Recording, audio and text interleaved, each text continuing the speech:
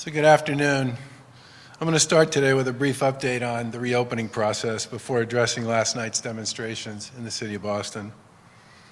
Today I signed an executive order that clarifies which businesses and sectors fall into phase 2 of our reopening strategy. The full list is available at mass.gov/reopening. Effective today, businesses and organizations listed in phase 2 will be permitted to enter their establishments to start preparing for their opening while remaining closed to the public.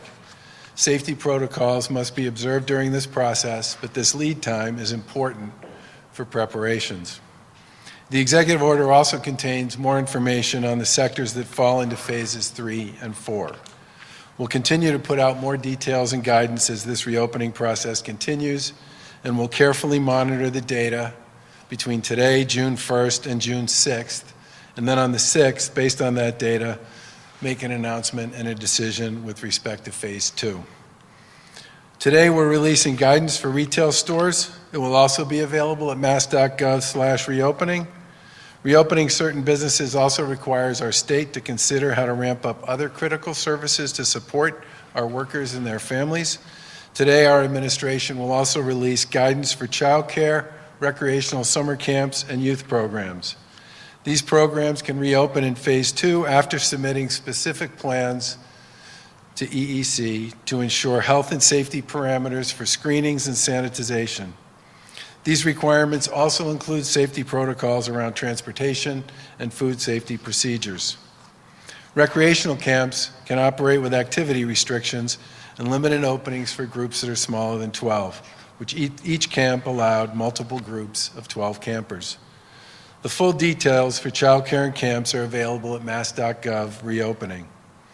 I do want to say, with respect to summer camps and childcare, the amazing amount of work that the Lieutenant Governor, Secretary Sutters, Commissioner Sam, Secretary Jim Pizer, and so many others in the field put into putting together a very comprehensive and, we believe, effective and implementable proposal with respect to how to open up childcare and how to support summer camps. I think we all know how important both of those operations and enterprises are to families here in the Commonwealth. Finally, over the weekend, the Command Center also submitted the details for our expanded testing proposal to the federal government. Utilizing $374 million in federal funding, the Commonwealth plans to increase lab testing capacity to 45,000 tests a day by the end of July, ensure on-demand access to testing for all symptomatic individuals, their close contacts, and high-risk populations, prepare a testing infrastructure for a potential second surge in the fall, and continue to operate a best-in-class contact tracing program. The Command Center will make more information on this proposal available at mass.gov/COVID-19. Now, with respect to the demonstrations last night, the murder of George Floyd at the hands of the police was a horrible tragedy, one of countless tragedies to befall people of color across the United States. Since this terrible pandemic and the loss that comes with it swept across the globe, people everywhere have gone through awful, terrible moments. The loss of life, connection, purpose, income, routine, it has all pushed many far beyond what we're used to dealing with. Even before this week's demonstrations, people were making their voices heard about the pandemic. Some marched or spoke up for or against one position or another, or made signs or used social media to send a message that they wanted to be heard. As we combat the pandemic, we remain in a real struggle with how to carry out the bedrock principles of democracy with the best medical guidance available to fight an infectious, contagious disease. By and large, the people of Massachusetts have made it work. We're balancing the fight against the virus with the fight for what we as individuals all believe in. But it's hard and it's not over. I want to thank everyone who marched and exercised their right to free speech safely last night. Tens of thousands of our neighbors, friends, and colleagues tried, when possible, to balance the new normal we live in with their right to free speech. I want to thank everyone who made their voices heard with the safety of those around you in mind. To the men and women of law enforcement, fire, EMS, the National Guard, and every first responder who was out on the streets last night, thank you. Once again, you answered the call, putting the safety of the city of Boston, its businesses, and its residents ahead of your own. And many of you came from communities all around. Thank you. To the criminals and cowards that tarnished that night's peaceful protest, I expect your day in court will come soon. The destruction of property, the looting, the criminal attempts to injure law enforcement are unacceptable. The people of Massachusetts cannot let these individuals succeed in their goal to sow chaos into the fabric of what is an important effort and movement. Racism and injustice comes in many shapes and sizes. People of color experience these painful moments on a daily basis, on personal levels and professional levels. Just ask Christian Cooper. And sadly, they're experienced through interactions with the very institutions that are built to protect and uphold justice, government in one form or another. They're all unacceptable, every instance of discrimination, every attempt to use race as a tool or a weapon, every offhand slander among community members or in a workplace. But injustice experienced at the hands of a public institution that's supposed to be rooting this out, that can often be the most despicable act of all. The Color of Law, a book about housing policy in America that was published 2 years ago, pointed out the profound and long-lasting impact decades of discriminatory federal housing policy has had on the housing wealth of white and black Americans. It all adds up, the slights and the injustices, big or small, day after day, month after month, year after year. The cumulative effect of these moments, whether they're caught on camera or not, they add up for the people who are involved. The cumulative impact is countless and terrible. It can rob somebody of hope, destroy a sense of personal safety, and over time, it can incite anger. It's a truly wretched combination, fear, anger, and hopelessness. Fear, anger, and hopelessness experienced alone is a dead end. But there are avenues that do lead to progress. Last night, I saw tens of thousands of people unite to continue the work to build a way forward for everyone who feels trapped at that dead end. By an order of magnitude, we can add up the number of people who want to build on progress and do well for one another dwarfs those who want to do the opposite. There are few things in public life more powerful than the united message of an overwhelming majority grounded in compassion. That's what we'll take away from last night. How we move forward is up to us. I know that I speak for the Lieutenant Governor and myself and many public officials we've talked to in the past 48 hours. We've all asked a lot of you lately. We've asked you to sacrifice to help the elderly, the sick in your community. You've done it and been doing it every single day for a while now. We know you're strong, but now we ask you to choose to use your strength again. Use it to say something when it would be easier to be silent. Use it to be kind when it would be easier to be bitter. Use it to lift somebody up when it would be easier to just walk by. And use it to build a grand coalition of the willing instead of supporting those who would tear us all apart. It can work, and it has, on civil rights, disability rights, pay equity, healthcare reform, criminal justice reform, addiction, and many, many others. We owe it to one another and to those who come after us to find a path forward. The injustices that Black Americans experience every day and their devastating cumulative effect don't care about state boundaries. We all have an obligation to see and address these issues. We have an obligation to use our strength the right way to continue that march toward progress. We've been speaking with elected officials, public safety experts, members of the Black and Latino communities over the past several days. There are many bright ideas coming through these discussions. and we must find ways to enhance transparency and accountability in the law enforcement and criminal justice systems. Without it, bad actors will continue to smear those who do the right thing every day, and the very best among them will never get the gratitude that they deserve. There are no easy answers, but there is opportunity to make progress and improve. The public rightly expects its elected officials to be humble enough to admit their flaws and open enough to seek and find better answers. And it's up to those of us who serve to understand that and to make it happen. On a final note, I heard what the President said today about dominating and fighting. I know I should be surprised when I hear incendiary words like this from him, but I'm not.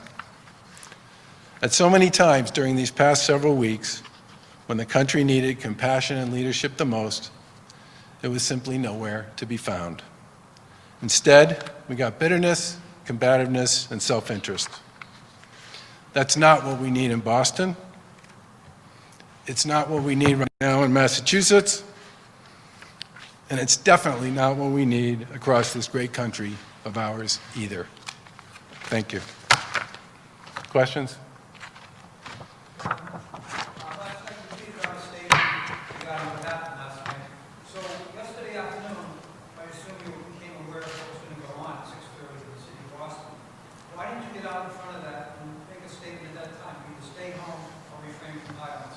Well, I made a statement about a number of these issues on Thursday and Friday during my live press conference and the live stream.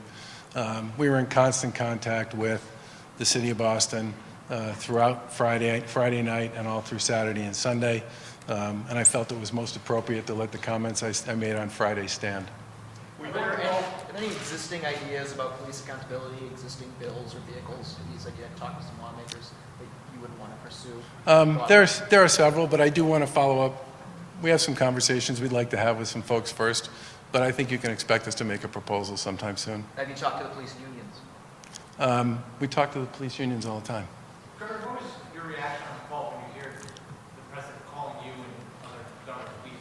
You know, I actually missed this call today. It's the first one I've missed since we got into the coronavirus outbreak, mostly because I was working on a bunch of stuff that involved the reopening and planning for the rest of the week here. Governor, there are some who wonder why allow protests that could spread the virus when we're dealing with a public health crisis aimed at stopping the spread. Can you speak to that? Yeah, I mean, I think we're all worried about what large gatherings may mean with regard to that. The same issue was raised a few weeks ago when folks were protesting against our reopening strategy outside the State House. I think at the end of the day, the vast majority of people in Massachusetts have worked exceedingly hard to adapt and adopt to the strategies that everybody believes are the most effective ones at stopping the spread. And they involve things like distancing and staying at home if you don't need to be out, wearing a face covering if you're going to be out, staying to the extent you can 6 feet away from people, and washing your hands and surfaces and disinfecting. People have worked really hard to do that here in Massachusetts, and it's a big part of why every single major metric that we measure associated with the presence of the virus has gone down over the course of the past 4 or 5 weeks. But as I said, there have been a bunch of different protests on a bunch of different issues, and I guess what I would say is, you know, I don't want to take away somebody's right to speak out, but I absolutely believe that if you're going to do that, you should recognize and understand that for people to actually reopen, for folks to be able to get back to work, for us to continue to make the progress we've made in battling COVID-19 over the course of the past 7 to 8 weeks, 10 weeks, people need to respect the virus, wear a face covering. Many were doing that last night, and keep their distance. Governor, the president's comments and tweets that you referred to, nothing new. He's been doing that all along. Do you regret not speaking out about that earlier? I think my comments today kind of speak for themselves, and I've spoken out more than once and probably more than many of my colleagues. Do you anticipate or are you preparing to see a spike in the public health data due to some of these protests? It's impossible to tell at this point. I mean, obviously, everybody knows what the benchmarks look like. We spend a lot of time focusing on those and talking to our colleagues in the healthcare community about what they're seeing and if there are other things we need to be doing. But I would come back to the most fundamental point here, which is that the reason we've made so much progress over the course of the past several months is because people did the things that have been proven to be successful here. And whether it's about the face covering or the distance or the hand washing or the sanitization or the disinfectant or the not being out if you don't need to be out, those things have worked. And they've made it possible for us to begin to reopen our economy and help people who, in many cases, are desperate to find the purpose that's associated with work and the income, find a way back. And I really hope that doesn't get lost. Did you order the National Guard downtown last night? We talked to as I said, we've been talking to the city on a pretty regular basis for the past several days, and we collaborate and coordinate our efforts with them. And if they ask for help, we give it to them. So you granted the authority to put them in? That's usually the way it works, yeah. Yeah, no, I just wanted to clarify. I mean, I didn't do it without, that was a coordinated and joint decision. I wouldn't make that one on my own. On reopening, can you go over some of the guidance that's coming out today for childcare and summer camps? I know you mentioned groups of 12, but is there anything more? There's a lot of weed whacking in those documents. I would urge you to check them out on the website. People put a tremendous amount of work into figuring out how to do this in a way that could make it work and be safe. And they did a great job. And I would urge you, if you're interested in the details, to check them out on the state's website. Governor, the $374 million proposal from feds on testing. Yep. Did you say the benchmark is going down, things are looking good, but that seems to be you saying things are going to get a lot worse before. I don't think so. I mean, the way I think about the testing initiative is there are a number of elements to it that we think are just important, period. One of them is a pretty significant investment in an antibody testing program, a serology program, which we're viewing as a surveillance exercise. There's a lot of talk about how many people we've tested, almost 600,000, how many have tested positive, somewhere between 95 and 100,000. But everybody knows that there are a lot more people than that who actually got the virus, were exposed to it. And there have been some very small sort of surveillance studies that have been done in conjunction with some of our medical institutions in particular areas around Massachusetts. I think the one people know the most about is the one that was done, the two that were done by Mass General in Chelsea and in Boston. But I think it's important for us as we sort of head forward into the fall here and as we continue to reopen, that we do some serious statewide testing to figure out, A, how much of the population in regions and communities around the Commonwealth test positive for the antibodies, and then what does our statewide number look like? Because I think that's going to be an important measure for discussing and determining sort of what our strategy is heading into the fall if there is to be some kind of a return. That would have some impact on where we would choose to test and how we would choose to pursue that. We've also said for a while now that as we ramp up our tracing program, you have to ramp up your testing program along with that, because the goal at the end of the day here is as you start to reopen your economy and as people are out and about a little more than they were before, you're going to want to test more because you're going to want to collect that data associated with testing more as quick as you possibly can, and then get that in front of anybody who is a close contact to somebody who tests positive, so you can test them and then put isolation programs and supports in place for both the person who tests positive and their close contacts. I mean, in many ways, it's a very fundamental part of how we support the efforts associated with reopening. It doesn't presume one way or another that the number is going to go up or down. What it does presume is that as we reopen and as people get more active, we need to do more testing, more contact tracing, and more to help people who test positive get identified, get help, get support, and stay isolated along with those they had close contact with. Are you more supportive of antibody testing now?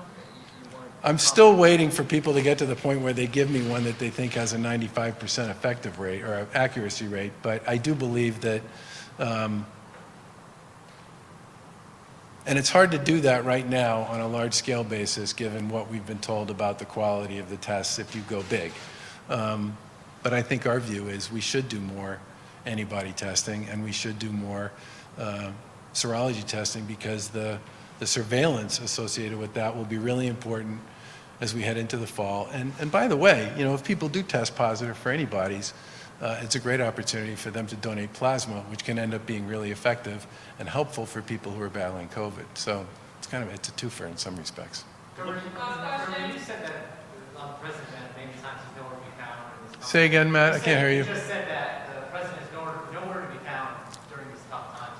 What does the country lose by not having a president that's out there consoling, out there being spreading the message that you just trying to spread yourself? Look, I very much believe that whatever issue we're talking about, and especially when you're talking about a pandemic, we are all in this one together. There's just no ifs, ands, or buts in my mind about that. The contagious nature of the virus to begin with, the speed with which it spreads, the impact doing something about the reproduction rate of the virus, which in my opinion is its greatest and most potent evil. You can't do that alone. You can only do that as a community. And I think it's important for everybody to understand they have a stake in that community. And I feel the same way about some of these issues associated with race. If one community really does feel, based on incidents and events time and time again, that they are being hindered from an ability to actually get somewhere, that affects their sense of their stake in what's going on here. And I think America is at its greatest and at its best when its leaders promote the notion that we all have a stake in everybody else's success. Because frankly, we do. Do you think the violence last night was spurred by outside actors or Boston residents, or is it too early to tell? On geography, I don't know the answer to that, but I absolutely believe, based on everybody I've talked to, that the people who participated in the three, remember, there were demonstrations going on pretty much all day. There was a demonstration that went on in the State House that lasted almost all afternoon and into the evening. There was another demonstration down at City Hall that came up to the State House, and then there was the march from Nubian Square, and there was the demonstration in front of the clergy demonstration in front of the BPD. And we talked about this a lot over the course of the evening and this morning. The mood and the attitude and ultimately the behavior of the people who were involved in all those marches and all those demonstrations were clearly different than the moods of the people who engaged in the looting and the bottle throwing and the brick throwing and all the rest. So I don't know where they were from, but they were definitely not like the thousands and thousands of people who were there for a very different purpose. Are you preparing for similar events tonight? Pardon me? Are you preparing for similar events tonight or this?